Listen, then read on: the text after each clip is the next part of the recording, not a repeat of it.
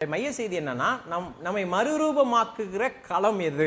நம்மை மறுரூபமாக்குகிற களம் எது? நிறைய பேர் பார்த்தீங்கன்னா இந்த மாற்றத்தையும் மறுரூபத்தையும் விரும்பவே மாட்டாங்க.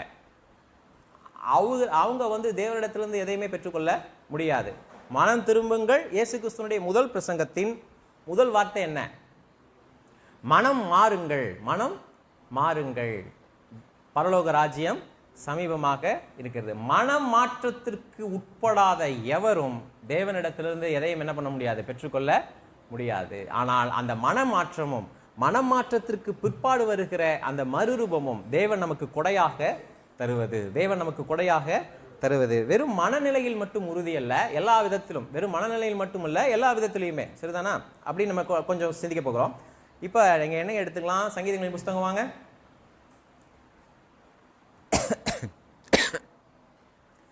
சங்கீதங்களின் புஸ்தகம் 62வது சங்கீதம். இந்த எந்த சூழலை எழுதினது இது? சவுலால் ஒரு படையே தன்னை கொல்லும்படி விரட்டும் பொழுது அந்த சந்தர்ப்பத்திலே எழுதினது. சேலான்னா என்ன அர்த்தம்? நிறுத்தி இதற்கு முன்பாக பாடினதின் பொருளை ஞாபகத்தில் கொண்டு வருவது. மூன்றாவதாக சங்கீதங்களின் சொல்லப்படுகிறது உணர்ச்சிகளின் ததும்பல். அதில் பெரும்பாலானது போதனை அல்ல. எக்காலத்திலும் கர்த்தரை நம்புங்கள் அப்படின்னு ஒரு வார்த்தை வரும், அது போதனை. அது என்னது? போதனை. என் சத்துருக்கள் சங்கரிக்கப்படுவார்களாக அப்படின்னு ஒரு வரி வரும், அது என்னது? அவன் உணர்ச்சியால் சொல்வது. கவனிங்க, இப்போ வாசிக்கலாம். நம்பர் 1 முதல் பகுதி. இந்த மொத்தம் 3ஆ பிரிக்கலாம். 1, தேவனோடு பேசுகிறார். சங்கீதக்காரன் முதல் பகுதியிலே தேவனோடு பேசுகிறார். 2வது பகுதியிலே தன்னுடைய ஆத்துமாவோடு பேசுகிறார். முதல் பகுதியிலே தேவனோடு பேசுகிறார், 2வது பகுதியிலே அவருடைய ஆத்துமாவோடு பேசுகிறார், 3வது ஜனங்களை பார்த்து பேசுகிறார். இந்த 3 பகுதியிலும் இருக்கிற உண்மைகளை நம்ம என்ன பண்ண போறோம்? கற்க போகிறோம். அதன் மூலமாக நம்ம ஆண்டவரிலே பலப்பட முடியும். இப்ப ஒரு சங்கீதத்தை தியானிக்கும் பொழுது எந்த வார்த்தை மறுபடியும் வருதுன்னு பார்க்கணும். எந்த வார்த்தை மறுபடியும் அது பொதுவான வியாக்கியான விதி அடிப்படையில் எந்த வார்த்தை மறுபடியும் வருதோ அந்த வார்த்தையை பற்றி, அந்த பொருளை பற்றி தான் அவர் என்ன பண்றாரு? பேசிட்டு இருக்காரு. ஒரு 2 பேர் பேசிக்கிட்டு இருக்கும் பொழுது பணம்னே பேசிக்கிட்டு இருக்காங்க. அப்ப அங்க என்னத்தை பத்தி தான் பேசிட்டு இருக்காங்க?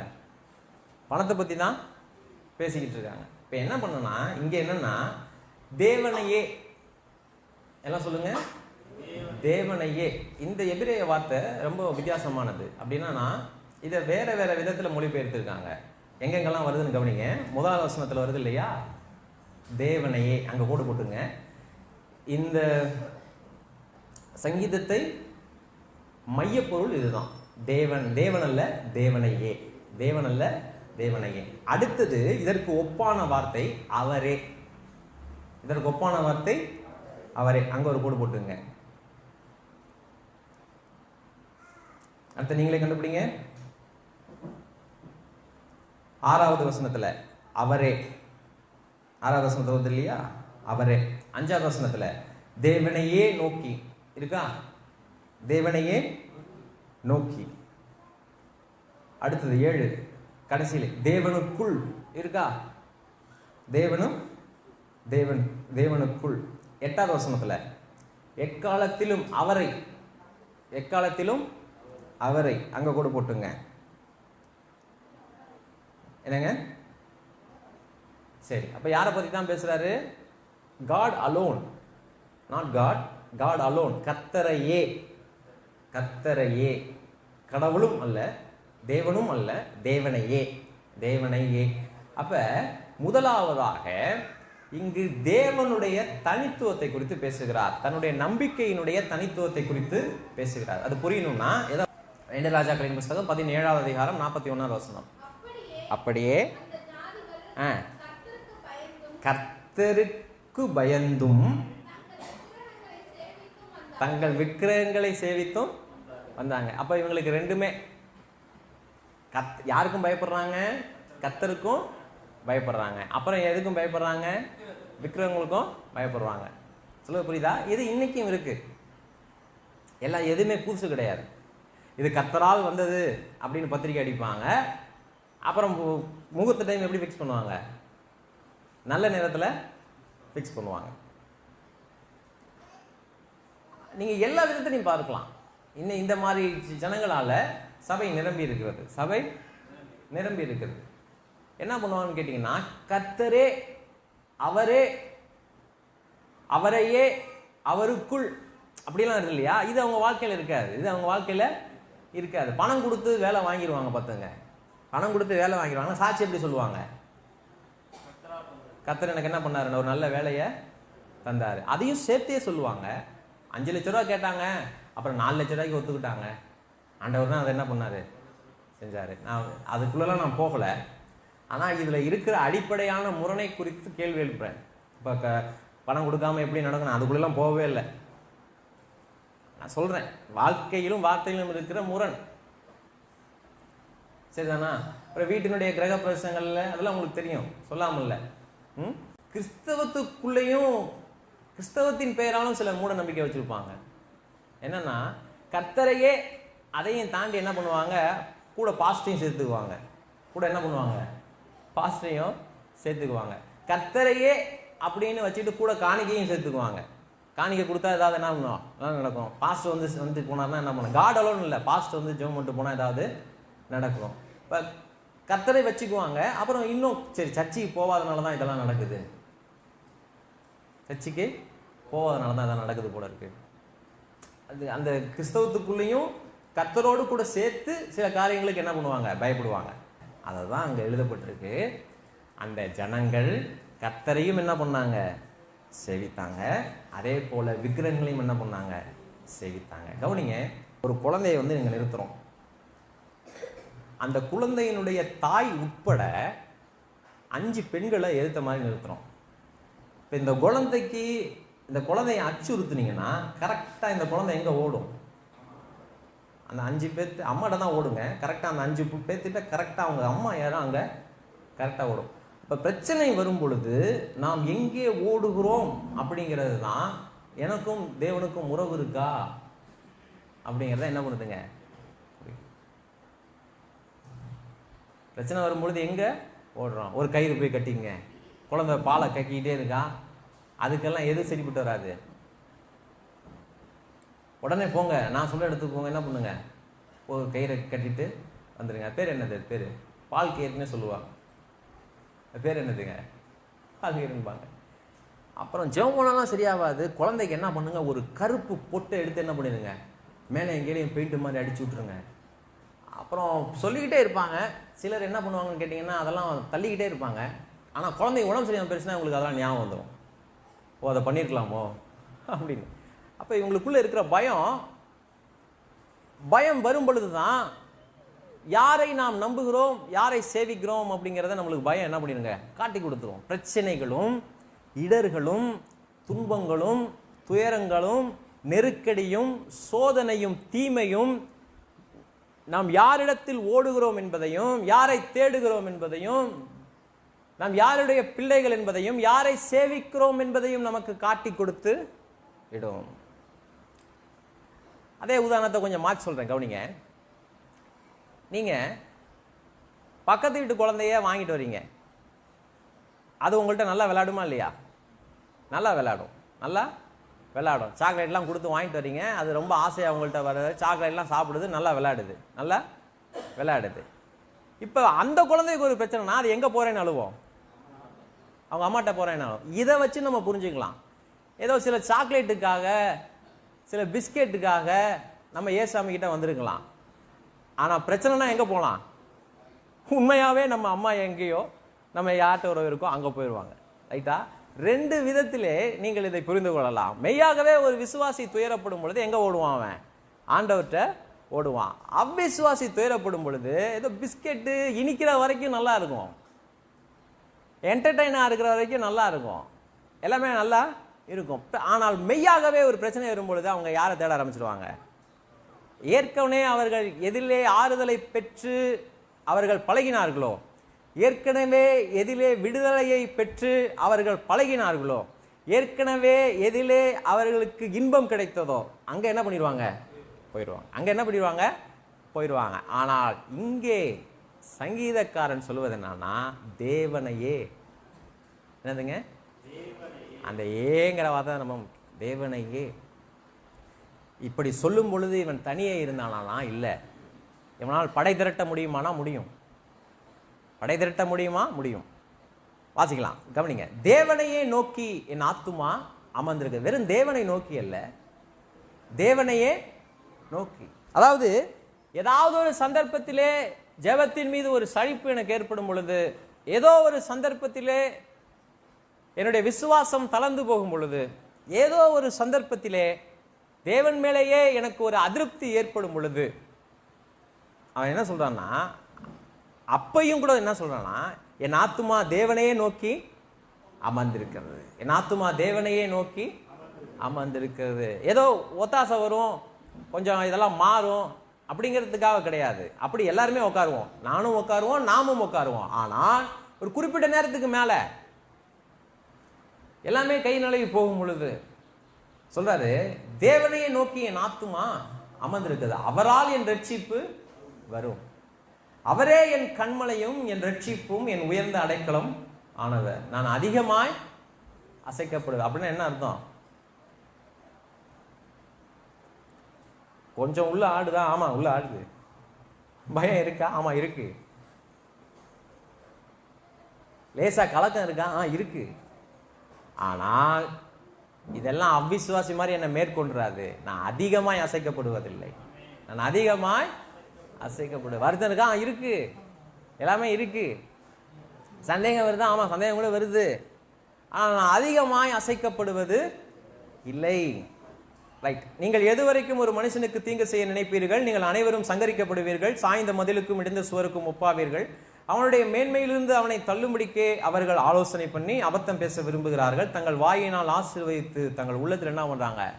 எல்லாம் சொல்லுங்க. தங்கள் வாயினால் ஆசீர்வதித்து தங்கள் உள்ளத்தில் என்ன பண்றாங்க?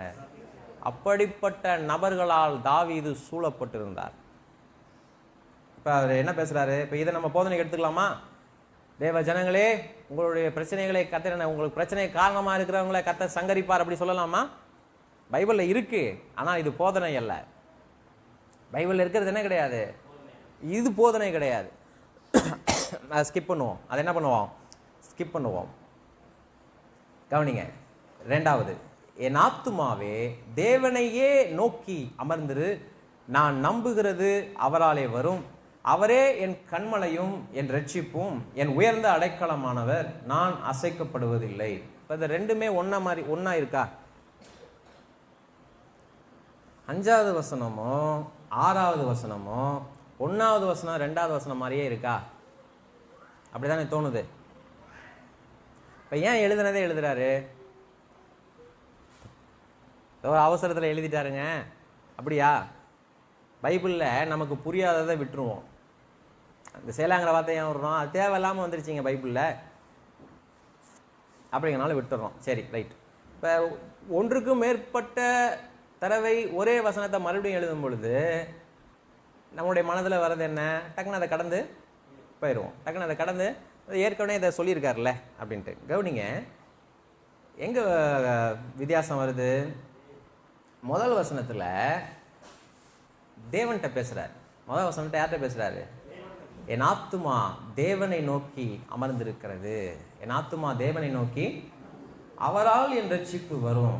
அவரே என் கண்மலையும் என் ரட்சிப்பும் என் உயர்ந்த அடைக்கலமானவர், நான் அதிகமாய் அசைக்கப்படுவது இல்லை. 2வது பகுதியில தன்னுடைய ஆத்துமா கிட்ட பேசுறார்.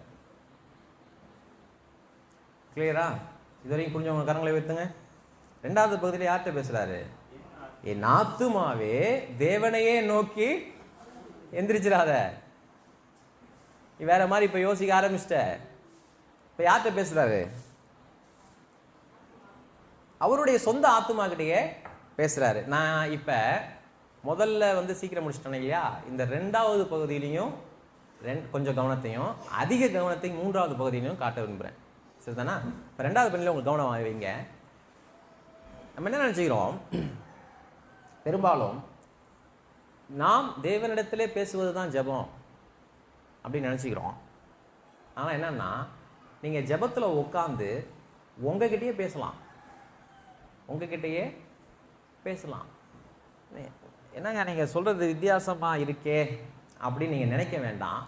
காரணம் அன்றாட வாழ்க்கையில் நடக்கிற விஷயம்தான், அன்றாட வாழ்க்கையில் நடக்கிற விஷயம்தான். துன்மார்க்கர், தேவனை அறியாதவர், ரட்சிக்கப்படாதவர்களும் தங்கள் இருதயத்திலே பேசிக்கொண்டு தான் இருக்கிறாங்க, தங்களுக்கு தாங்களே பேசிக்கொண்டு தான் இருக்கிறாங்க. ஏன்னா எல்லாத்தையும் வெளியே சொல்லிட முடியாது இல்லையா? உன்னை பார்த்துக்கிற ஒரு நாள் அது வெளியே சொல்ல முடியுமா? ஆனால் எங்கே ஓடிட்டுருக்கு? உள்ள ஓடிட்டுருக்கு. சில வசனங்களை உங்களுக்கு நான் வாசி காட்டுறேன். ஆமாத்தின் புஸ்தகம் 7வது அதிகாரம் 17வது வசனம்.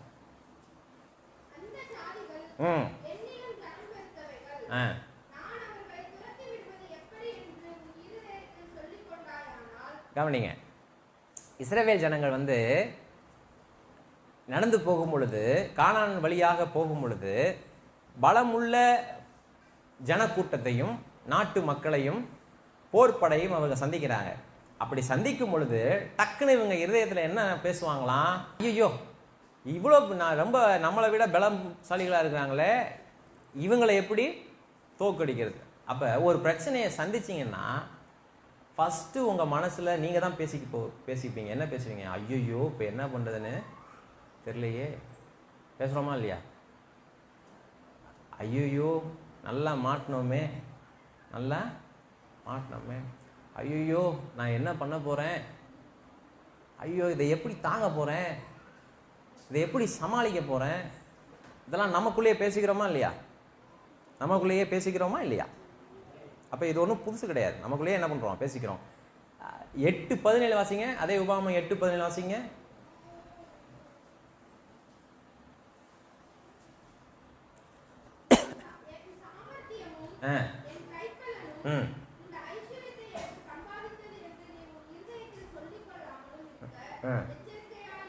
ரெண்டு சந்தர்ப்பத்தில் மனிதன் தனக்குள்ளேயே பேசிக்குவான். ஒன்று அவன் பயப்படும் பொழுது, இன்னொன்று அவன் பெருமை கொள்ளும் பொழுது. இந்த இடத்துல பெருமை கொண்டு இருதயத்தில் பேசுவதை எழுதப்பட்டிருக்கு. இப்போ சப்ஜெக்ட் அது கிடையாது. இருதயத்தில் பேசிக்கொள்ள முடியுமானா முடியும். மற்றவங்களை ஏளனமாக பார்த்து, சே நம்ம எப்படி, நம்ம அப்படி கிடையாது, நம்ம தர என்ன, என்ன, நம்ம படிப்பு என்ன, அந்தஸ்து என்ன, இருதயத்தில் வருது இல்லையா? அதான் இருதயத்தில் பேசிக்கொள்வது. அதை வாசிங்க. என் சாமர்த்தியமும் என் கைபலனும் இந்த ஐஸ்வர்யத்தை எனக்கு சம்பாதித்தது என்று. ரெண்டு உதாரணங்களை எடுத்திருக்கேன். ஒன்று பயப்படும் பொழுது நம் இருதயத்திலே பேசிக்கொள்வோம். இன்னொன்று பெருமைப்படும் பொழுது, இன்னொருவரை அலட்சியம் செய்யும் பொழுது, என்னை நானே உயர்த்தி கொள்ளும் பொழுதும் என் இருதயத்தில் என்ன பண்ணுவேன்? பேசுவேன். ரெண்டுமே வெளியே தெரியாது. ரட்சிக்கப்படாத ஆட்கள் இருக்காங்க இல்லையா? அவங்க தன்னுடைய ஆத்மாவை பார்த்து பாசிட்டிவாக பேச முடியுமானா முடியும். நல்லா புரிஞ்சுக்கணும். தங்களுக்குள்ளாக பயந்து போய் பேச முடியுமா அப்படின்னா முடியும். ரட்சிக்கப்படாதவங்களாலும் அது முடியும். தங்களுக்குள்ளே பெருமையோடு பேசிக்கொள்ள முடியுமா அப்படின்னாலும் முடியும். தங்களை பார்த்து பாசிட்டிவாக பேசிக்கொள்ள முடியுமா அப்படின்னா முடியும். இன்னைக்கு நீங்கள் நிறைய பார்க்கலாம். உங்களால் முடியும்னு உங்களை நீங்களே என்ன பண்ணுங்க சொல்லுங்க. காலைல ஏஞ்சிங்க, கண்ணாடி முடியுங்க, I can, all is well, அதாவது எல்லாமே சிறப்பாக இருக்கிறது, நான் செய்து முடிப்பேன் அப்படிலாம் சொல்கிறாங்க இல்லையா? அப்படி வேலை செய்யுமானா கண்டிப்பாக வேலை செய்யும். அதில் கொஞ்சம் பெனிஃபிட் இருக்குது. உளவியல் சொல்லுது அது. இப்போ இங்கே பேசுகிறது என்ன? என் ஆத்துமாவே நீ தேவனை நோக்கி அமர்ந்துரு அப்படிங்கிறது இங்கே பேசுறது. இது வேற, முற்றிலும் வேற. இது முற்றிலும் வேற. ரொம்ப ஜாக்கிரதையாக இதை புரிஞ்சுக்கணும். அடிக்கடி நம்ம ஜெபம் முடிஞ்சோடனே சொல்கிற வசனம் என்னது? அப்போ யாரை பார்த்து பேசுகிறோம்? யாரை பார்த்து பேசுகிறோம்? ஞாபகம் வருதா? என் ஆத்துமாவே கர்த்தரை ஸ்தோத்திரி, என் ஆத்துமாவே, அப்புறம் என்ன? முழுமே அவருடைய பரிசுத்த நாமத்தை ஸ்தோத்திரி, என் ஆத்துமாவே கர்த்தரையே ஸ்தோத்திரி, அவர் செய்யும் சகல உபகாரங்களையும் யாரை பார்த்தே சொல்லிக்கிறோம். இப்போ புரியுதுல்ல? இப்போ இங்கே என்ன பேசுகிறாருன்னா, ஜெபம் பண்ணிக்கிட்டே இருக்கிறாரு, கடவுளை பார்த்து சொல்கிறாரு, ரொம்ப விசுவாசத்தோடு சொல்கிறாரு, நீங்கள் தான் என் நம்பிக்கை, நீங்கள் தான் என் அடைக்கலம். அதை ரொம்ப உறுதியாக இருக்கிறாரு.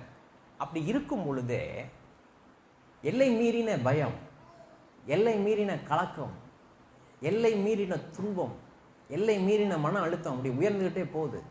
அப்போ சுதாரிக்கிறார். சுதாரிச்சு இப்போ என்னன்னா, இப்போ ரெண்டு இந்த மற்றது புரியாட்டியும் இதை ஞாபகம் வச்சுங்க. மனது நம்மோடு பேசும், அதை கேட்கக்கூடாது. நாம் மனதிடத்தில் பேச வேண்டும். ஏன்னா பைபிள் தான் நீங்கள் பேசுகிறீங்களா அப்படின்னா, ஆமாம் பைபிள் தான் பேசுகிறேன், இதை தனியாக எடுத்து பேசிக்கிட்டு இருக்காங்க. அப்படி கிடையாது. மனது உங்களோடு என்ன பண்ணும்? பேசும். பயப்படும் பொழுது, நீங்கள் ரொம்ப அவிசுவாசமாக இருக்கும் பொழுது அந்த மனது உங்களுக்குள்ள என்ன பண்ணும்? இயல்பாக உங்களுடைய மனது உங்களோடு பேச ஆரம்பிக்கும். போச்சு, நீ மாட்டின, செத்த, ஏன் ஜெபம் பண்ணுற, அதான் முடிஞ்சு போச்சு எல்லாம், என்ன ஜெபம் பண்ணுற, இது வரைக்கும் ஜெபம் பண்ணி என்ன பிரயோஜனம், அப்படிலாம் மனசு பேசும். அப்போ மனது பேசினதை கேட்கும்படிக்கு நாம் இல்லை. ஏன்னா நமக்குள்ள யார் இருக்கா? பரிசுத்த ஆவியானவர் இருக்கிறார். அந்த மாதிரி சந்தர்ப்பங்களிலே ரட்சிக்கப்பட்டவனால் ஒன்று முடியும், அந்த மனதிற்கு எதிராக என்ன பண்ண முடியும்? பேச முடியும். ரட்சிக்கப்பட்டவங்களுக்கு தான் முடியும். அந்த அனுபவம் உங்களுக்கு இருக்கும் என்றால் நான் ஆண்டவரை ஸ்தோத்திரிக்கிறேன். இல்லை இல்லை இல்லை, அப்படி கிடையவே கிடையாது. என் ஆத்துமாவே நீ தேவனையே நோக்கி அமர்ந்தது, சலனமடையாத, அவநம்பிக்கை கொள்ளாதே. அவநம்பிக்கை, மனது சொல்றதை கேட்கலாம். கவனிங்க, மனது சொல்வதற்கு மீறி நடக்கின்ற ஒரு இயல்பு யாருக்கு தான் இருக்கும்னு நினைக்கிறீங்க? யாருக்கு தான் இருக்கும்? ரட்சிக்கப்பட்டவனுக்கு தான் இருக்கும். 4 வார்த்தை நறுக்குன்னு கேளு, 4 வார்த்தை நறுக்குன்னு கேளு அப்படின்னு மனது சொல்லும் பொழுது, அதை மீறி நான் வாழ்வேன் என்று சொன்னால் கண்டிப்பாகவே துன்ப நேரங்களிலே அந்த துன்பத்தின் ஊடாக நான் செல்லும் பொழுது என் மனது சொல்லுகிற அந்த அவநம்பிக்கையான வார்த்தைகளை மீறி என்னால் வாழ முடியுமா இல்லையா? கவனிங்க, பாவத்தை வென்று எதிர்த்து வாழுகிற ஒரு மனிதன் தான் துக்கத்தையும் வென்று மேலே என்ன பண்ண முடியும்? வர முடியும். மறந்துடாதீங்க, இந்த ரெண்டும் யுனைடெட்.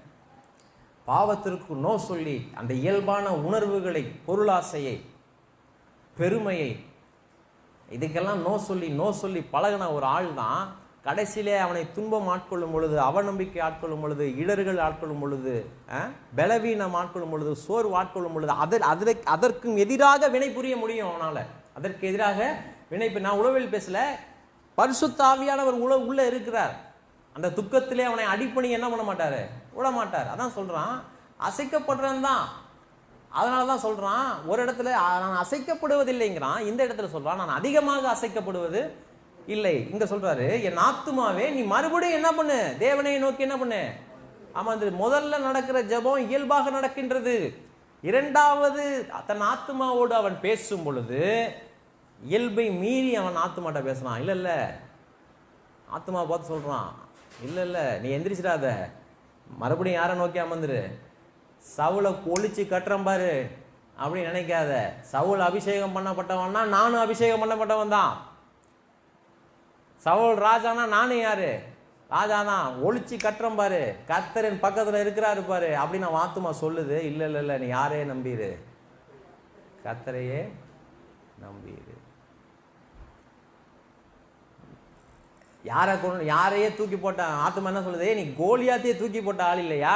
சவுல் ஏமாத்திரம். அவனுக்குள்ள அசுத்தாவியே கர்த்தர் என்ன பண்ணிருக்காரு? விட்டுருக்காரு, அவனை தள்ளிட்டாரு.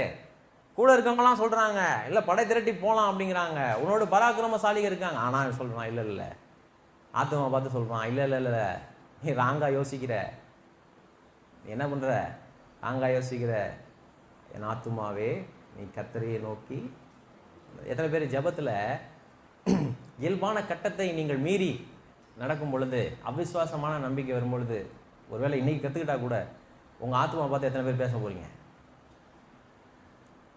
சலிப்பு வரும் பொழுது, அவநம்பிக்கை வரும் பொழுது, பலவீனம் வரும் பொழுது, போதும்பா என்ன இந்த கிறிஸ்தவ வாழ்க்கை அப்படி தோணும் பொழுது, போதும் இந்த ஊழியம் அப்படி நினைக்கும் பொழுது, போதும் இந்த உறவு அப்படி நினைக்கும் பொழுது, உன் ஆத்துமாவை பார்த்து பேசணும். இல்லை இல்லை, யாரை நோக்கி அமர்ந்துரு, தேவனை தேடுவது விருதா அப்படின்னு உங்கள் இருதயம் உங்களுக்கு சொல்லும் பொழுது பகரவெல்லாம் சொல்ல, இல்லை இல்லை இல்லை, என் ஆத்துமாவே தேவனை நோக்கி அமர்ந்துரு, சலனமடையாத, தள்ளாடாத, முடிச்சிடும் பாரு இன்னையோட எல்லாத்தையும், போதும், பொங்கி எழுந்துருவோம். இல்லை இல்லை, யாரை பார்த்து அமர்ந்துரு? தேவனை நோக்கி அமர்ந்துரு. என் ஆத்துமாவே தேவனையே நோக்கி அமர்ந்துருது, நான் நம்புகிறது அவராலே வரும். நான் நம்புகிறது அவராலே, அவரே என் கண்மலையும் என் ரட்சிப்பும் என் உயர்ந்த அடைக்கலமானவர், நான் அசைக்கப்படுவது இல்லை. என் ரட்சிப்பும் என் மகிமையும் தேவனிடத்தில் இருக்கிறது. என்ன விட்டீங்களா? பலனான என் கண்மலையும் என் அடைக்கலமும் தேவனுக்குள் இருக்கிறது. கவனிங்க, ரெண்டாவது பகுதி எதோட முடியுது? 7ஓட முடியுது. ஜனங்களே, எங்க கவனத்தை எங்க திருப்புறாரு? யாருக்கு திருப்புறாரு? மேல திருப்புறாரு. புரியுதா? ஒரு ஆவிக்குரியவனுடைய வாழ்வு துன்ப நேரங்கள் எப்படி இருக்கும் அப்படின்னா, முதல்ல கடவுளை பார்த்து பேசுவான், ரெண்டாவது தன்னை பார்த்து பேசுவான், மூணாவது ப்ரீச் பண்ண ஆரம்பிச்சிருவான், மூணாவது என்ன பண்ண ஆரம்பிச்சிருவான்? போதிக்க ஆரம்பிச்சிருவான். ஆச்சரியத்தோடு இந்த வேத புஸ்தகத்தை நான் வாசிப்பது உண்டு. அதில் இந்த பகுதியும் ஒன்று. துளி கூட மாறாமல் அப்படியே இருக்கேன், அப்படியே இருக்கு பைபிள். ஒரு கட்டம் வரைக்கும் துன்பங்கள் சூழும் பொழுது ஆண்டவரை நோக்கி பேசுவான், இரண்டாவது கட்டத்திலே அவன் தன் ஆத்துமாவை பேசுவான். அப்புறம் ரொம்ப ஸ்ட்ராங் ஆனதுக்கு அப்புறம் என்ன ஆகுனா போதிக்க ஆரம்பிச்சிருவான். பகலவங்க அப்பா சொல்லுவான், அப்பா பயப்படாதப்பா, இதோட பெரிய பிரச்சனைகள்லாம் நான் என்ன பண்ணியிருக்கேன், தாண்டி போயிருக்கேன், முடியாதுன்னு ஒன்றுமே கிடையாது, எல்லாம் இதோட முடிஞ்சு போச்சு அப்படின்னு எதுவுமே இல்லை, அப்படி எதுவுமே இல்லை. கர்த்தர் புதிய காரியத்தை செய்ய முடியும். இந்த உலகத்தில் எல்லாத்தையும் நான் இழந்துட்டேன்னு சொல்லாதப்பா, இந்த உலகமே ஒன்றும் இல்லாமல் இருந்தான்ப்பா வந்துச்சு, இந்த உலகமே ஒன்றும் இல்லாமல் இருந்தால் வந்துச்சு, இந்த உலகத்தில் எனக்கு யாருமே இல்லைன்னு சொல்லாதப்பா, இந்த உலகமே ஒன்றும் இல்லாமல் இருந்தால் கர்த்தர் கொண்டு வந்தார். இப்படி போதிக்க ஆரம்பிச்சிருவான். உங்களுக்கு இந்த அனுபவம் இருக்கா? நீங்கள் நடந்து போன பாதைகளில் இப்படி உங்கள் தேவரை பார்த்து பேசி, அப்புறம் உங்கள் ஆத்மாவை பற்றி பேசி, ரொம்ப நீங்கள் ஸ்ட்ராங் ஆனதுக்கப்புறம், ஒரு பர்டிகுலர் பீரியடில் நீங்கள் எல்லா தீகளையும் வேதனையும் துன்பத்தையும் ஜெயிச்சதுக்கப்புறம், போதுமான நம்பிக்கை உங்கள் இருதயத்திலே சுரந்து வந்ததுக்கு பிற்பாடு, நீங்கள் ஜனங்களை பார்த்து, தோல்வி அடைந்தவர்களை பார்த்து, நம்பிக்கை இல்லாதவர்களை பார்த்து அப்படி பேசின அனுபவம் உங்களுக்கு இருக்கா? நிறைய பேர் என்ன நினச்சிட்டாங்க, நாங்கள் இன்னும் கொஞ்சம் வளரணும் பிரதர் அப்படின்னு நினச்சிக்கிட்டாங்க. ஒரு ஊழியக்காரர் என்னை பார்த்து ஒரு சொன்னார், 15 வருஷத்துக்கு முன்னாடி, நல்ல ஞாபகம். ஒரு செய்தி கொடுக்க சொல்லும் பொழுது நான் என்ன வளரணும் அப்படின்னு சொன்னேன் அவர்கிட்ட. அவர் என்ன சொன்னார்னா, ஒரு மெழுகுபத்தி ஏற்றப்பட்ட பொழுது அது எப்பொழுது ஒளி கொடுக்கிறது? முழுசாக எரிஞ்சு கடைசியிலையா? கிடையாது, ஏற்றப்பட்ட உடனே அது என்ன பண்ணுது? ஒளி தருது. அப்போ எது வரைக்கும் வளர்ந்துருக்கியோ அது வரைக்கும் பேசினார், எது வரைக்கும் வளர்ந்துருக்கிறியோ அது வரைக்கும் பேசு. நல்ல வார்த்தை. அப்போ நான் எடுத்தோடனே போதிக்க ஆரம்பிச்சிடுங்க அப்படின்னு சொல்லலை. இப்படி போதிக்கிறதுக்கு வேணால் கொஞ்சம் என்ன வேண்டும்னு கேட்டிங்கன்னா, உங்களுக்கு கடவுளால் நீங்கள் பயிற்சி பெற்றுக்கணும். ஆனால் சாமானியமாக உலகத்திலே ஒருவருக்கு ஒருவர் போதிக்கிறதுக்கு என்ன தேவையில்லை, பெரிய பயிற்சி தேவையில்லை. கைவிடப்பட்ட, தகப்பனை இழந்த, எல்லா விதத்திலையும் ஒடுக்கப்பட்ட ஒரு சகோதரி ஒருத்தர், எல்லா விதத்திலையும் ஒடுக்கப்பட்டேன், அது ஒரு ஹோப்பே கிடையாது. அவருடைய ஸ்டேட்டஸ்லாம் பார்த்தீங்கன்னா ரொம்ப பரிதாபமாக இருக்கும். இப்போ அவளை சந்திக்கக்கூடிய ஒரு வாய்ப்பு எனக்கு கிடைச்சது. அப்போது எந்தவித சோர்ஸும் இல்லாமல் ஒருத்தர் இந்த உலகத்தில் மேலே வர முடியுமா அப்படின்னா கண்டிப்பாக முடியுமா? யோசேப்பை குறித்து அவளோட என்ன பண்ணேன், பேசினேன். யோசேப்புக்கு எந்த வித பின்புலனும் இல்லை, எந்த குடும்ப பின்னணியும் இல்லை. ஆனால் யோசேப்பால் மேலே வர முடிஞ்சா இல்லையா? யோசேப்பு மேலே வந்ததுக்கு காரணம் என்ன நீங்கள் நினைக்கிறீங்க? காரணம் என்ன? கொஞ்ச நாள் அப்பா கூட இருந்தார். அப்பா ஏன் ரொம்ப பாசம் வச்சார்? அம்மா சீக்கிரம் இறந்துட்டாங்க, அதனால் அப்பா என்ன பண்ணார், கைக்குள்ளேயே வச்சு பார்த்தாரு. இந்த 11 பேர் ரொம்ப மோசம், 10 பேர் ரொம்ப மோசமானவனுங்க, இந்த பையன் ரொம்ப நல்லபடியாக வளர்க்கணும் வச்சார். இப்போ அப்பா கிட்டேருந்து பிரிஞ்சு போகிறான், சகோதரர்கள்ட்ட போகிறான். சகோதரர்கள் என்ன ஆயிடுச்சு, எங்கே போகிறான், குளிக்க போகிறான். குளியில் யார் வர முடியல? அப்பா வர முடியல. அண்ணன் தம்பிங்க தான் உள்ளே போட்டதே. அவனை உள்ளே போட்டு உட்காந்து சாப்பிட்றானுங்க, உள்ளே போட்டு உட்காந்து சாப்பிட்றானுங்க. மறுபடியும் எங்கே போனான்? ஜெயிலுக்கு போனான். அங்கே தான் எழுதப்பட்டிருக்கு, யோசேப்போடு கூட யார் இருந்தார்? கர்த்தர் இருந்தார். என்னன்னா இன்னைக்கு ஜனங்க என்ன பண்ணிட்டாங்கன்னா, இந்த இறை பிரசன்னங்கிறத பாடல்கள் மூலமா அனுபவிக்கலாம், இல்லை இப்படி செய்தி மூலியமாக அனுபவிக்கலாம். என்ன நினைக்கிறாங்க, கோயிலுக்கு போயிட்டு வந்தால் கொஞ்சம் நிம்மதியாக இருக்குங்கிற மாதிரியே அவங்க இன்னமும் நினச்சிக்கிட்டு இருக்காங்க. அதே ஐடியாலஜியில், வெளியில் இருக்கிற ஐடியாலஜியில் இன்னும் வாழ்கிறாங்க. கோயிலுக்கு போயிட்டு வந்தால் கொஞ்சம் நிம்மதியாக இருக்கும். நான் அதில் உறுதியாக இருக்கிறேன், இருக்கிற நிம்மதியும் கெடுத்துடணும் நம்ம. ஏன்னா கவனிங்க, அப்படி கிடையாது. சிறைச்சாலையிலே தேவனுடைய பிரசன்னத்தை யார் அனுபவிச்சா? அதை புரிஞ்சுக்கணும். அங்கே தான் கடற்கரையில் இருக்கிற காற்றை நீங்கள் எப்படி உங்கள் வீட்டுக்கு கொண்டு வர முடியாதோ, அதே மாதிரி கூடுகையில் இருக்கிற பிரசன்னத்தை வைத்து நீங்கள் நடைமுறை வாழ்க்கையை என்ன பண்ண முடியாது, வாழ்ந்துட முடியாது. அதெல்லாம் நான் செஞ்சு பார்த்துட்டேன். பாட்டு கேட்டுக்கிட்டே இருந்த தலைவலி தான் வந்துச்சு. அப்புறம் பாட்டு கேட்கும்போது நல்லா தான் இருக்குது. என்ன சொன்னாங்க, எனக்கு என்ன சொல்லி கொடுத்துட்டாங்கன்னா, கடவுளுடைய பிரசனத்தை அனுபவிக்குமா அப்படி சோம் பண்ணிகிட்டே இருங்க, அப்படி பாட்டு கேட்டே இருங்க, உங்களுக்கு என்ன இருக்கும், அப்படியே ஒரு பிரசன்ஸ் அப்படியே உங்களோட மூடிக்க அப்படின்னாங்க. நான் தான் செஞ்சு பார்த்தேன். கொஞ்சம் நல்லா தான் இருந்துச்சு. பாட்டை ஆஃப் பண்ணோம்னா ப்ரெசன்ஸ் வந்துச்சு, வழியே தலைவலியும் சேர்ந்து வந்துடுச்சு. அப்போ தான் யோசித்தேன், இல்லை இது வந்து நடைமுறை வாழ்க்கைக்கு ஒவ்வாத நம்மளுக்கு என்ன பண்ணுறாங்க சொல்கிறாங்க. அப்புறம் கூட்டமாக போனோம்னா கூட்டத்தில் இருக்கிற வரைக்கும் நல்லா இருக்குது, பாடும்போது நல்லா இருக்குது, அவர் பேசிகிட்டு இருக்கும்போது நல்லா இருக்குது, கவலைப்படாதீங்க பிரதர் அப்படின்னா நல்லா இருக்குது, கொஞ்சம் கேட்க நல்லா தான் இருக்குது. வீட்டுக்கு போனால் அப்படியே ஐயோ வீட்டுக்கு போகிறோமே அப்படிங்கிற மாதிரி ஆயிடுது. அப்போ நிஜமாக வாழ்க்கையை எதிர்கொள்வதுக்கு என்னதான், எப்படி களமாடுவது, வாழ்க்கை என்ன அச்சுறுத்துது, அதுக்கு பயந்து போய் தேவ சமூகத்தில் ஒளிஞ்சிக்கிறதுக்கா? கிடையாது. ஒளிந்து கொள்ளுகிற இடமா தேவ சமூகம்? கிடையாது. ஆனால் ஆண்டவர் கிருபை பாருங்க, பைபிளில் ரொம்ப கிளீனாக எழுதியிருக்கு. சிறைச்சாலையிலே இறை பிரசன்னத்தை யாரும் அனுபவிச்சா?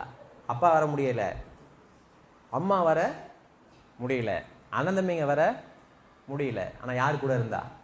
மறந்து போகாதிருங்கள், நம்ம கூட யார் இருந்தாலும் நம் மட்டுமே சந்திக்கக்கூடிய பிரச்சனைகளில் யார் தான் நிற்கணும் நம்மளுக்கு? மறந்துடாதீங்க. நீங்கள் கூட இருக்கிறவங்க கையை பிடிச்சே பழகிட்டீங்கன்னா நீங்கள் தனியாக நிற்க வேண்டிய சூழல் வரும். அன்னைக்கு தடுமாறிடுவீங்க. கூட எத்தனை பேர் இருந்தாலும் கர்த்தருடைய கரத்தை பிடித்து நடக்க பழகுங்கள். உங்களுக்கு நான் பிரதானமாக சொல்கிற புத்தி அதுதான். மற்ற ஆறுதலை கொண்டு வருமா? மற்றது கண்டிப்பாக கொண்டு வரும், நான் இல்லைன்னு சொல்ல. அதெல்லாம் டெம்பரவரி. மனம் விட்டு பேசுனா, யார்ட்டையாவது மனம் விட்டு பேசுனா நல்லா இருக்கும், கண்டிப்பாக நல்லா இருக்கும், இல்லைன்னு சொல்லலை. ஆனால் 10 ஆண்டுகள் இருக்கும்னு நினைக்கிறேன். 10 ஆண்டுகள் நான் பெரிதும் மதிக்கிற ஒரு ஊழியக்காரன். என் ஹார்ட்டை ஓப்பன் பண்ணணும்னா அங்கே தான் ஓப்பன் பண்ணுவேன், வேறு யாரையும் ஓப்பன் பண்ண மாட்டேன். ஏன்னா கிரெடிபிலிட்டி மேட்டர்ஸ். நம்ம நல்ல மனுஷன். ஏன்னா நான் யாரை நம்புகிறேனோ அப்போ அவங்க தானே ஓப்பன் பண்ணுவோம். இன் அவுட் ஓப்பன் பண்ணால் இன் அவுட் ஓப்பன் பண்ணல. 10 years பேக் அப்படி சொல்லிக்கிட்டு இருக்கும் பொழுது, நல்ல மனிதன், ஆனால் அவருக்கும் சூழ்நிலை இருக்கும்ல. அவர் எங்கேயோ வேகமாக போகிறாரு. வேகமாக போகும் பொழுது நான் அதெல்லாம் சொல்லணும், கொட்டி தீக்கணும் அப்படின்ட்டு போகிறேன். அப்படி போகும் பொழுது சரிப்பா உட்கார் பேசலாம், ஃபியூ மினிட்ஸ் பேசலாம் அப்படின்னு சொல்லி நினைக்கிற உட்காரும் பொழுது நான் ரொம்ப எத்தனை ஆழத்திலிருந்து பேசிகிட்டு இருக்கும் பொழுது பாவம் அவருடைய சூழ்நிலை, அவர் தப்பாக சொல்ல, அவர் டைம் பார்த்தாரு. நான் மனம் விட்டு ஒருத்தர்கிட்ட போய் பேசணும், கொஞ்சம் நல்லா இருக்கும் போனது, அதான் கடைசி. அன்னைக்கு கற்றுக்கிட்டேன், ஓஹோ ஏன் பிரச்சனை இன்னொருவருக்கும் பிரச்சனையாக இருக்கணும்னு அவசியமே இல்லை. காரணம் என்னன்னா அவர்களுக்கு அவர்களுடைய பிரச்சனை இருக்குது. நான் சொல்கிறது புரியுதா? அப்போ மனம் விட்டு யார்ட்டையும் பேசக்கூடாதா, அப்படி ஆட்கள் தேவையா இல்லையா, அப்படி சொல்ல வரல. சரியாக புரிஞ்சுக்கணும், அப்படி சொல்ல வரல. ஆனால் நான் அன்றைக்கு கற்றுக்கொண்டது, ஓஹோ அன்னையிலேருந்து இன்ன வரைக்கும் என் ஹார்ட்டை யார்ட்டையுமே ஓப்பன் பண்ணதில்லை. பழகணும், பழக்கம்தான்.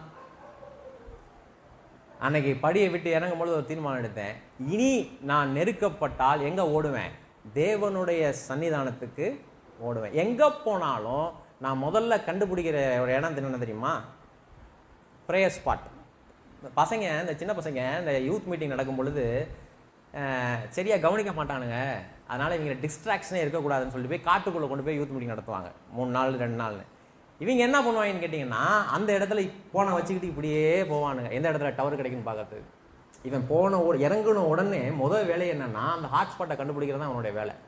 அப்படியே ஏறி எங்கேயாவது மலை மேலே ஏறி அண்ணே வருதுனே, ஃபுல்லாக வருதுன்னு எப்படிமாங்க வந்துருச்சு, கிடைச்சிருச்சு. நான் ஆச்சரியமாக இருக்கும், அண்ணே வருதுண்ணே ஃபுல்லாக வருதுண்ணே அப்படிமா. அந்த மாதிரி தேடி கண்டுபிடிச்சிருவாங்க. டவரே இருக்காது, சுற்றி காடாக இருக்கும், எங்கேயோ ஏறி நின்று ஃபுல்லாக கண்டுபிடிச்சிருவான். ஏன்னா அவனுடைய தேவை அது இல்லாமல் இருக்கவே முடியாது. உங்களுக்கு நல்லா புரிஞ்சுன்னு நினைக்கிறேன். அது மாதிரி எங்கனை கொண்டு போய் என்னை விட்டிங்கனாலும் நான் முதல்ல கண்டுபிடிக்கிற ஸ்பாட் என்னன்னா ப்ரேயர் ஸ்பாட். நான் இங்கே இருக்கிறேன், இங்கே ஒன்று வச்சுருக்கேன், மதுரைக்கு போனோன்னா மதுரையில் ஒன்று வச்சுருக்கேன், வேறு எங்கேயாவது கொண்டு போய் இறக்கி விட்டிங்கனாலும் அங்கே போடினோட கண்டுபிடிக்கிற இடம் வந்து தான் ப்ரேயர் ஸ்பாட். இந்த பெண்களை வீடு பார்க்க கூப்பிட்டு போனீங்கன்னா முதல்ல போய் கிச்சன் சூப்பராக இருக்குது அப்படிம்பாங்க. ஏன்னா அது அங்கே தான் குப்பை கொட்டணும், ரொம்ப நேரம் அங்கே தான் குப்பை கொட்டணும், கிச்சன் நல்லா இருக்குங்க அது அப்படிங்கிற மாதிரி சொல்லுவாங்க. அது மாதிரி உங்களுக்கு அப்படி ஒரு ப்ரேயர் ஸ்பாட் இருக்கா? உங்களுக்கு ஒரு டைமிங் இருக்கா? ப்ரேயர் டைமிங் இருக்கா? உங்களுக்கு ஒரு ப்ரேயர் ஸ்பாட் இருக்கா? ப்ரேயர் ஸ்பாட்னா என்னன்னா வேற யாரும் அந்த இடத்துல நுழையாம அப்படிலாம் வச்சிருக்கீங்களா? அதுதான் சீக்ரெட், வேற ஒன்றும் கிடையாது. உங்கள் மனதை எல்லாம் இருதயத்தில் இருக்கிறதெல்லாம் அப்படியே கொட்டுவதற்கு, தேவனுடைய பிரசன்னத்திலே ஆழமாக உங்களை அர்ப்பணித்து உறவாடுவதற்கு. என்னால் ஒரு 2 நிமிஷத்துக்கு மேலே கான்சன்ட்ரேட் பண்ண முடியல பிரதர். ஒரு 2 நிமிஷத்துக்குள்ள ஒரு 100 சிந்தனை வந்துடுது. அப்படி உட்கார முடியல அப்படின்னா உங்களுடைய ரட்சிப்பை யோசிச்சு பாருங்க. உண்மையாலுமே நீங்கள் ரட்சிக்கப்பட்டுறீங்களா அப்படின்னு சொல்லி யோசிச்சு பாருங்க. ஏன்னா அது ஸ்பிரிச்சுவல் மேட்டர். அது மனதை ஒருங்கிணைப்பதல்ல ஜெபம். ரைட். இப்போ எந்த இடத்துக்கு வருவோம் அப்படின்னா, என்ன சொல்ல வந்தேன்? ஜனங்களிடத்திலே பேச ஆரம்பிக்கிறார். ஜனங்களே எக்காலத்திலும் அவரை நம்புங்கள், எக்காலத்திலும் அவரை நம்புங்க. அப்போ நான் சொல்ல கரெக்டாக தான் போதிக்கிறேன்னா, முதல்ல நான் எக்காலத்திலும் உம்மை நம்புவேன் அப்படிங்கிறாரு. அப்புறம் ஆத்துமாவை பார்த்து பேசுறாரு, என் ஆத்துமாவே நீ எக்காலத்தில் யாரை நம்பு? கர்த்தரை நம்புங்க. 3வது யாரை பார்த்து பேச ஆரம்பிச்சாரு? இப்போ யாருக்கு புத்தி சொல்ல ஆரம்பிச்சிட்டாரு? தேவனை நம்பாத இன்னொருவருக்கு என்ன பண்றாங்க? புத்தி சொல்ல ஆரம்பிச்சிட்டாரு. கவனிங்க, பிரச்சனைகளுக்கு கூடாக இருக்கும் பொழுதே, பிரச்சனைகள் தீராத பொழுதே, ஜனங்களே எக்காலத்தில் நம்புங்கன்னு 100வது சங்கீதத்தில் எழுதினாரா ராஜா வந்ததுக்கப்புறம்? நம்ம என்ன சொல்லுவோம்? என் பிரச்சனைலாம் தீர்த்துங்க, அப்புறம் என்ன பண்றேன்? ஊழியம் செய்யணும். நிறைய பேர் என்ன நினைச்சுக்கிறாங்க அப்படின்னா, எல்லாத்தையும் முடிச்சுட்டு ஊழியம் செய்வோம், எல்லாத்தையும் முடிச்சுட்டு ஊழியம் செய்வோம். கற்றுக்கணும் பாருங்க, நானும் நீங்களும் கற்றுக்கணும். ஆரம்பிச்சிட்டாருங்க ஊழியத்தை. இங்கேயே என்ன பண்ணிட்டாரு? ஆரம்பிச்சிட்டார். ஜனங்களே எக்காலத்திலும் அவர் என்ன பண்ணுங்க? நம்புங்கள். அவர் சமூகத்தில் உங்கள் இருதயத்தை என்ன பண்ணுங்க? ஊற்றி விடுங்கள். அப்படின்னா இதை எப்படி கற்றுக்கிட்டாரு? இவர் எங்கேயோ படிச்சுட்டு வந்து சொல்றாரா? இல்லை, இதை எப்படி சொல்றாரு? அவருடைய இருதயத்தை என்ன பண்ணாரு? ஊற்றுகிறார். அப்படி ஊற்றும் பொழுது தேவனுடைய பலம் இவர்களை ஆட்கொள்ளுகிறது. இப்ப இவருடைய நானே வாழ முடியாது அப்படிங்கிற இடத்துல இருந்த இவரை தேவ பலன் கவி பிடித்தது பிற்பாடு இன்னொருவனை பலப்படுத்தவரால் முடிகிறது. அப்பதான் சொல்றாரு பாருங்க, ஜனங்களே எக்காலத்தில் அவரை நம்புங்கள், அவர் சமூகத்திலே உங்கள் இருதயத்தை என்ன பண்ணுங்க? ஊற்றி விடுங்கள். தேவன் நமக்கு எப்படி இருக்கிறாரு? அடைக்கலமாய் இருக்கிறார். சேலா. அடைக்கலமாய் இருக்கிறார். சேலா. கீழ் மக்கள் மாயையும் மேல் மக்கள் பொய்யுமாமே தராசிலே வைக்கப்பட்டால் அவர்கள் எல்லாரும் மாயையிலும் லேசானவர்கள். கவனிங்க, இந்த இடத்துல மாயைன்னு வருது இல்லையா? அங்க மொழிபெயர்க்கணும்னா நீராவின்னு வச்சுக்கோங்க, வேப்பர் அப்படின்னு மொழிபெயர்க்கலாம், எளிமையிருக்கலாம். நம்ம இன்னும் ஒரு 5 நிமிஷத்துல முடிக்கிறேன். நீராவி அல்லது காணல் நீர். காணல் நீர் என்ன புரியுதா? காணல் நீர் முடிக்கலாம். காணல் நீரை நீங்கள் பார்க்க முடியும், ஆனா அதற்கு எடை இல்லை. அதுக்கு என்ன கிடையாது? எடை இல்லை. பார்க்க முடியும், ஆனா அப்படி ஒண்ணு கிடையாது. நீங்க ஏற்கனவே சொன்னேன், உனக்கு பிரச்சனைன்னு தெரியுது இல்லையா? அதை கடவுளுடைய தெராசில் வச்சுன்னா அதுக்கு ஒரு இடம் இல்லை. ஆனா உனக்கு தெரியுது. நீராவி மாதிரி தான், காணல் நீர் மாதிரி தான். உனக்கு தெரியுது, ஐயோ போச்சு, உனக்கு தெரியுது பிரச்சனை தெரியுது. ஆனா அதை கொண்டு போய் கடவுளுடைய தெராசில் வச்சு பார்த்தீங்கன்னா that is nothing, no matter at all. அது கடவுளுக்கு என்ன கிடையாது? ஒரு பெரிய விஷயமே கிடையாது. எப்படி போதிக்கிறாரு பாருங்க. எப்படிங்க? பிரச்சனை தெரியுது, என் கண்ணுக்கு தெரியுது, பிரச்சனை தெரியுது, ஆனா அதை கொண்டு போய் கடவுளுடைய தராசுல வச்சு பாருங்க, அதுக்கு என்ன கிடையாது? No matter at all. அதை தான் சொல்றாரு, கீழ் மக்கள் மாயையும் மேல் மக்கள் பொய்யுமாமே. நான் பிரச்சனையை பத்தி பேசிட்டு இருக்கேன், யாரை பத்தி பேசல? மனுஷங்களை பத்தி பேசல. ஏன்னா நான் புதிய ஏற்பாடு உபதேசியார். நான் யாருங்க? புதிய ஏற்பாடு உபதேசியார். இங்க கொண்டு வந்து நம்ம வேலை பார்க்குற மேனேஜரு, நம்ம மேலே இருக்கிறவங்க, பக்கத்து இருக்காரங்க எல்லாத்தையும் கொண்டு வந்து நிறுத்த முடியாது. கீழ் மக்கள் மாயையும் மேன்மக்கள் பொய்யுமாமே தராசில் வைக்கப்பட்டால் அவர்கள் எல்லாம் மாயையிலும் லேசானவர்கள். கொடுமை என்ன பண்ணாதீங்க, நம்பாதீங்க. கொடுமையை நம்பாதீங்கன்னா, நீ குத்துறியா நானும் குத்துறேன் பாரு, அப்போதான் அந்த பிரச்சனைக்கு முடிவு வரும்.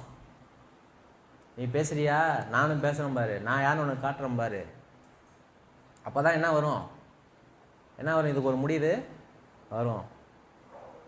கொடுமை என்ன பண்ணாதீங்க, நம்பாதீங்க. எக்காலத்திலும் யாரை நம்புங்க? பிரச்சனைகள் ஊடாக செல்லும் பொழுது நமக்கு வெட்க உணர்வு வரும். 4 பேர் என்ன சொல்லுவான், வெட்க உணர்வு வரும். பிரச்சனைகள் ஊடாக செல்லும் பொழுது பிரச்சனைகள் நம்மை பாதிக்கிறது அடுத்தது. சரிதானா? என்னுடைய மகள், எனக்கு 2 பொம்பளை பிள்ளைங்க இருக்கு. என்னுடைய மகளுடைய என் மகளுடைய அவளுடைய வாழ்க்கையில் ஏதாவது பிரச்சனை அப்படின்னு வரும்பொழுதுன்னா, பிரச்சனை என்னமோ உண்மைதான், டக்குன்னு என்ன யோசிப்பாங்க பொதுவாக ஜனங்க, வெளியில் தெரிஞ்சால் என்ன ஆகும், 4 பேர் 4 விதமாக பேசுவாங்களே. என்னுடைய திருமண வாழ்வு இப்படி இருக்கு, வெளியே தெரிஞ்சா என்ன ஆகும்,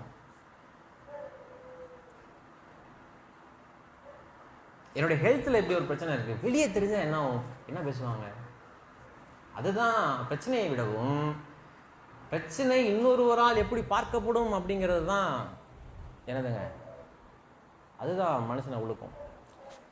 இப்போ வேதவசனம் என்னன்னா, மற்றவங்களுடைய பிரச்சனையை பெருசா நினைக்காதீங்க அப்படின்னு சொல்லுவதுதான் வேதவசனம்னா கிடையாது. இப்போ நான் விளக்க போறேன், கவனிங்க. நான் ஒரு செயின் போட்டிருக்கேன். இங்கே செயின் போட்ட ஆட்கள் பட்டனை கழட்டி விட்டுருப்பாங்க. நீங்கள் பார்த்துருக்கலாம், நீங்கள் அப்படி கூட இருக்கலாம். நான் அதை தவறுன்னு சொல்ல வரல. ஏன் அப்படி நினைக்கிறாங்க? பட்டன் இருக்கு, நல்ல பட்டனா என்ன பண்ண போட மாட்டாங்க. ஏன்னா என்ன தெரியணும், செயின் தெரியணும். அதுவே இந்த இடத்துல சட்டை கிழிஞ்சி என்னுடைய உடல் தெரிகிறது, நான் வெக்கப்படுவேனா இல்லையா? ஐயோ கிழிஞ்ச சட்டையை கொண்டு போறேன், ஏன்னா கிழிஞ்சி தெரிய போறது என்னுடைய உடல். ஆனால் இங்க பட்டனை கழட்டி விட்டுருக்கும் போது தெரிய போறது என்னது, செயின், கோல்டு. அப்போ கோல்டு எனக்கு என்னத்தை கொண்டு வரும், அந்த ஜனங்க அதை கௌரவமா நினைக்கிறாங்க. ஆனா இவங்க எதை லோன் நினைக்கிறாங்களோ அதை என்ன பண்ண மாட்டேங்கிறாங்க, காட்ட மாட்டேங்கிறாங்க. எது எனக்கு அவமானத்தை உண்டு பண்ணுமோ அதை மூடி மறைக்கணும்னு நினைக்கிறாங்க. சரி, ரைட், இதை மனசுல வச்சுங்க. இப்போ நான் வேதத்தை வாசிக்க வேண்டாம், ஒரு சம்பவத்தை சொல்றேன். மோசே தேவனோடு போய் மலை மேல பேசுறாரு, முகமுகமா என்ன பண்றாரு, பேசுறாரு. அப்படி பேசும்பொழுது அவர் முகம் சூரியனை போல என்ன பண்ணுதான், பிரகாசிச்சது. அப்படி பிரகாசிக்கும் பொழுது கீழே வராரு. ஜனங்கள் பார்க்கும் பொழுது, ஐயோ மோசே எங்க போய் யார்கிட்ட பேசிட்டு வராரு, தேவன்கிட்ட பேசிட்டு வர்றாரு, காரணம் அவருடைய முகம் என்னது, பயங்கரமா பிரகாசிக்குது அப்படின்னு பயப்படுறாங்க. தேவ மகிமை இப்ப யார் முகத்துல இருக்கு, பயப்படுறாங்க. மோசே ரொம்ப ஒரு இதயத்துல கொஞ்சம் சந்தோஷம் வந்துருச்சு. எப்படி சொல்லணும்னா, பைபிள் படிச்சு தான் சொல்றேன். இப்போ என்ன பண்றாரு, ஒரு பெரிய முக்காடை எடுத்து தன்னுடைய முகத்தை என்ன பண்றாரு, மூடுறாரு. இது வரைக்கும் படிச்சிருப்பீங்க, விளங்காத ஒன்று இருக்கு, கவனிங்க. இந்த மகிமை மெல்ல போக போக போக குறையுது. இந்த மகிமை மெல்ல போக போக குறையுது. இப்போ குறைஞ்சோடனே முக்காடை கழட்டிடணும்ல. ஆனால் மோசே கழட்டுறதுக்கு கொஞ்சம் கூச்சமாக இருந்துச்சு. ஏன்னா ரொம்ப பெரிய ஆளாக என்ன பண்ணிட்டேன், ஜனங்க பார்த்துட்டாங்க. இப்போ அந்த மகிமைனா நத்திங் பட் அழகு. அந்த ஒளி குன்றிக்கொண்டே வருகிறது. இப்போ எடுத்துடலாம், ஆனால் எடுத்துட்டா போயிருச்சு, மோசே சாதனம் ஆயிட்டாரு அப்படின்னு நினைப்பாங்களே. எந்த நபர்கள் என்னை பெரிதாக மதித்தார்களோ அதே மனிதர்கள் இப்போ என்ன பண்ணுவாங்க, சாதாரணமாக நினைப்பாங்களே அப்படின்ட்டு இவர் ஒரு ஐடியா பண்ணுவாரு. அது குறைஞ்சாலும் பரவாயில்ல, அது போட்டுக்கிட்டே இருப்போம். ஏன்னா ஜனங்க என்ன நினைப்பாங்க, இந்த மகிமை. பவுல் இதை எழுதுறாரு, ஒளிந்து போகிற மகிமை அப்படின்னு எழுதுறாரு. என்ன அது, ஒளிந்து போகிற மகிமை. இப்போ நான் ரொம்ப ஜோரா படிக்கிறேன், எனக்கு மகிமையா இல்லையா? நல்ல வேலை பார்த்து நிறைய சம்பாதிக்கிறேன், மகிமையா இல்லையா? மகிமை. நல்லா கல்யாணம் பண்ணி நல்லா குடும்பம் பண்ணி சமுதாயத்தில் ரொம்ப அந்தஸ்தா வீடு வாசல் தோட்டம் துறவுன்னு வாழ்றேன், மகிமையா இல்லையா? சொல்லுங்க, மகிமையா இல்லையா? மகிமை. ஆனால் வசனம் சொல்கிறது இதெல்லாம் ஒளிந்து போகிற மகிமை. சரீரத்து உடல் மிஸ்டர் ஒலிம்பியாம்பாங்க, ஆனால் மிஸ்டர் இந்தியா, அதெல்லாம் என்னதுங்க? ஒளிந்து போகிற. எதெல்லாம் ஒளிந்து போகிற மகிமை? உலகத்தில் இருக்கிற எல்லாமே ஒளிந்து போகிற மகிமை.